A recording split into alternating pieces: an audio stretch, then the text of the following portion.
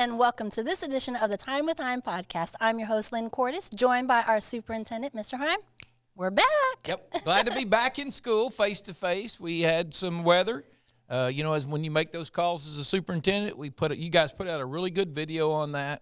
We had a lot of discussion. We meet, and then you wake up Wednesday morning, and it sure was pretty, and then you're watching the weather, and you're saying, oh, no, it's not going to snow, and we're at home. And then about 12 o'clock, it started a little bit, and by 3 o'clock, it was really bad. And it got bad for the weekend, so we feel good about our call. You know, we still get into that debate. People say, why snow day? Why virtual? Why not remote? You know, we've missed a lot of school, and we agree, I agree, that the leadership team agrees that face-to-face is where we want to be. But when we're not face-to-face, just to have something to keep us engaged is important. And this is the second 5-day break. The first one was because of a COVID break, and then we took a weather break that we've had.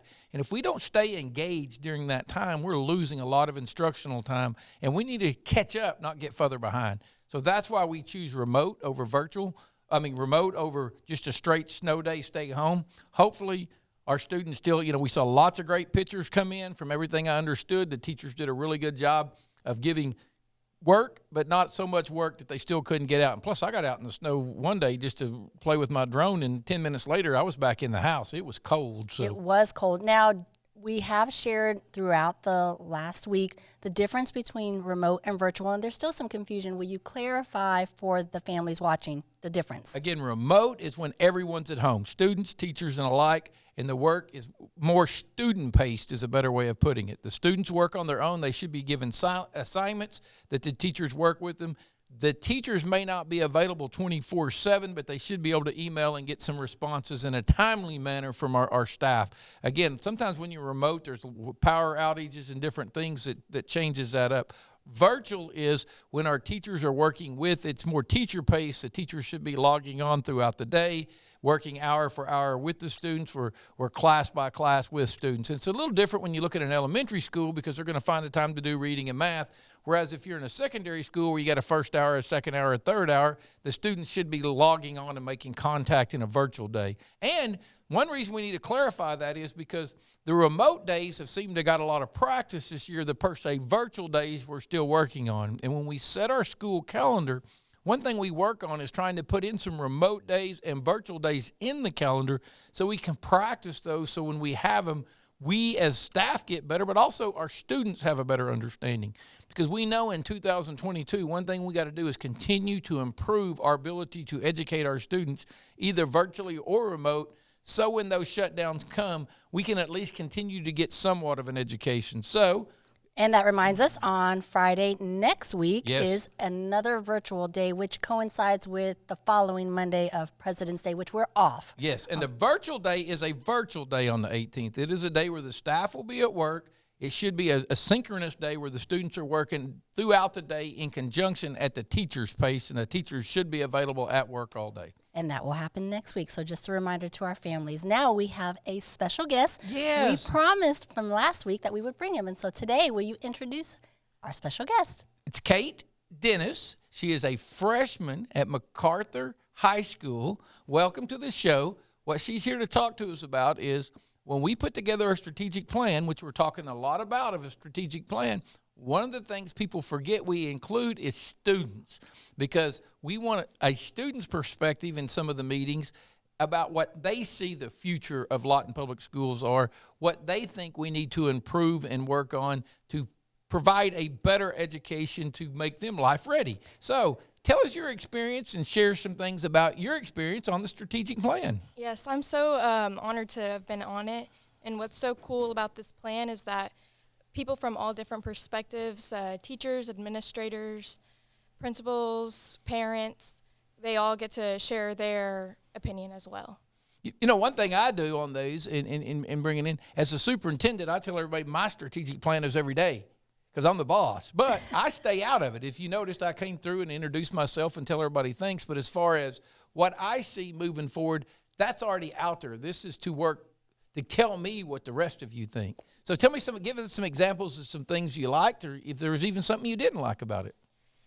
So what I liked is that we were divided up into groups of all the different people, and we took everything one step at a time. It was very, just one thing at a time. So we did divided our data into 4 different groups as staff enhancement, student achievement, climate and culture, and resources. And those were things that we just felt that were important in our district that we can want to better and work on. And where did the data they got for this, I'm not sure if you know, but we did a lot of surveys for the parents that went out. We did forums that all of our teachers had a chance to go to, that they had. So thousands of people in the community inputted the data, and then they take it to the K-20 Center, which is the research center at the University of Oklahoma, and they broke it down and brought it to you. So which one did you work on a particular area?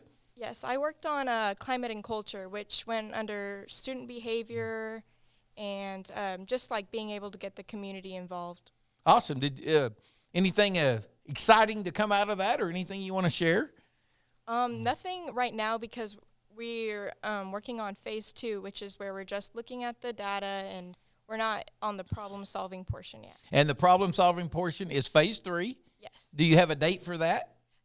Not that I know of. Not yet? Okay. It's coming. It's coming. And it is. It's all scheduled throughout, and they're working together on it. And so it's exciting. And, you know, from my seat, it's very exciting that we find out what our students want.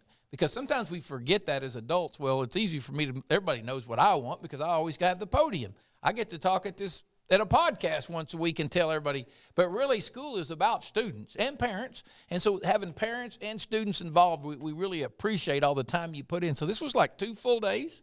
Yes. Did they at least feed you? Yes. And I know this month later on, they'll have another 2 days at the end of the month where they'll come back and take their goals and objectives that they had. Did you guys set your goals? That was the 4 categories. Okay, so those are the 4 categories that we have. So when they come back at the end of the month, then they'll dig deeper, correct? And then one thing they're doing a little different because Lawton is so large is all of the principals are meeting after y'all meet to go over it, because we want to make sure all of our buildings own it and the communication is out. And it's easy for me to say, well, I communicate it, or we can talk about it on a podcast, or we can put it in one place. But in 2022, everybody gets their, you know, a lot of us adults, we look at Facebook. You probably don't ever look at Facebook.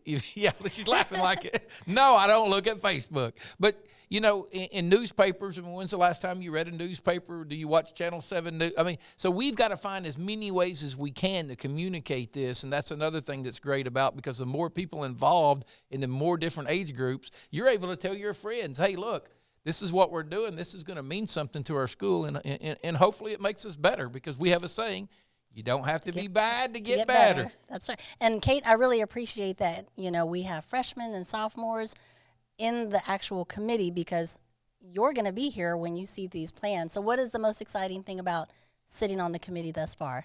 That I can like watch it happen as I grow in my school. I can see the changes and see that we're working to improve. Well, again, we appreciate you coming with us here on the podcast, and we double appreciate you taking a couple days out of school, and you got a couple more to spend time on the strategic plan, and so thanks again. And we will look forward to what you guys have to share next time. Hey, after the next one, we have to bring her back again, maybe even somebody else. We might have to get Bello to see if he can figure out how to get multiple people. See if he can get 2 people on our couch. That's right. We're going to have it. Cate, again, thank you so much. Mr. Hime, we have a lot of things going on. We were gone last week, yes, but it's still a full week and things to look ahead. Aim for Lawton. Yes, that's our student mentor that's going to be this week. This week, At yes. the end of the week, we're very excited about that. And again, that's another shout out to people in our community who spend their time to work with our students to try to show them a way that they can be productive after school. And we have more things coming on, the parent-teacher conferences. You want to share? Because we did do different days for grade levels. You know, one thing we try to do in parent-teacher conferences is if a parent has multiple children at different schools and all the conferences are on the same time, it's almost impossible to get from school to school, wait in line, schedule them. So we do them on different days. This does numerous things. It allows, if a teacher has a student at another school, they don't have parent-teacher conferences the same night they need to go see their own child. And then as a parent, if you got them at multiple sites, you just schedule one a night, and it gives more flexibility. And that's one thing we've talked about since we've been here. How do we give our parents flexibility? How do we create more opportunities? And I guarantee you, if we brought Cate back in, one of the things they talked about in the strategic plan, because almost every strategic plan is parent engagement. Well, part of that is it's easy to say, well, our parents need to come engaged. We need to make sure we're more inviting and we're creating more opportunities to get our parents engaged. And that's what this flexible parent-teacher conference does for us. And so if you're looking for the dates for our parent-teacher conference, they're on our website, and look to your school's direct site or social media as well. It will be shared there. Now, something that we were crossing our fingers that wouldn't happen did at MacArthur High School. Will you kind of give our families an update on what that looks like? You know, one thing we put out there, our custodians go check the buildings, because if you remember last year we had water breaks in 10 buildings when we had the big freeze in February, and it shut us down. Well, Saturday we found a water line in the second floor to a sink had burst, and it had flooded 2 hallways. So MacArthur High School, that put them on virtual for a couple days when we at least try to get it dried out. They're going to rearrange the schedules and try to get it, and we're going to try to be back face-to-face by Wednesday. And that's just happening right now. So, yes, you know, ma'am. Thank you for the parents for being flexible. We know even for the students, they want to be back. And so tomorrow, again, virtual. Great Plains Technology buses are still running. And then if they're LRC students, they can come here and obviously spend the day. concurrent. They still do their concurrent enrollment. You know, and hopefully we're back face-to-face by Wednesday. If not, we'll get an announcement out to you to let you know what's going on, because it's going to take some rearranging, because those rooms are going to be out of commission for more than for weeks, not days. Right. And so they're going to have to do some rearranging and moving those teachers to other places and try to make available use of all spaces in the building so our students can be face-to-face. You know, we're right there at that time in sports for, hey, playoffs are right around the corner for basketball. We know that. We're kicking off with soccer. Tennis is about to happen. I mean, everybody, golf. Wrestling is finishing up. And so there's a lot of great things to look forward Be sure to. and follow your web pages, like they said. And then if you got questions, there's info at lawtonps.org.